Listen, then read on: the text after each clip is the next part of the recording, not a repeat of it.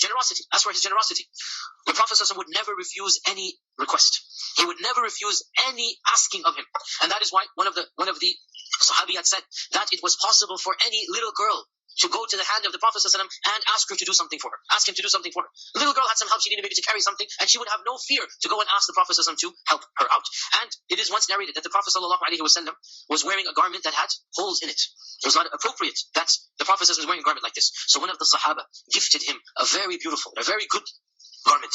And he went home and he wore that garment and he came outside. One of the Sahaba immediately said, Ya Rasulullah, can you give me this garment as a gift? So the Prophet ﷺ turned to him and said, Naam, yes. He went back home.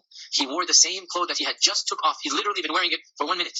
And he came back wearing the tattered garment and he gave him the new one. After a while, he went back inside his house. All of the Sahaba, they jumped on this other one. How could you have asked the Prophet ﷺ? You knew he would, look at what they said. You knew that he would never turn down a request. Look at how they rebuked him. You knew that he wouldn't say no to you. How could you do this? So he said, before you get angry at me, I'm not doing this to wear. I want to use this as my kafan, to show the generosity of the Prophet ﷺ in front of Allah subhanahu wa ta'ala. I want to use this as my cloth to be buried in. That's why I did it, right? So he had his own reason for doing that. I mean, no doubt, perhaps it was better to leave it for the process, but he had his own reason. I'm not doing this to take it off as that. I want this to be worn around me. That in the qabr, this is what I want to be wearing, and so I asked him to give it to me.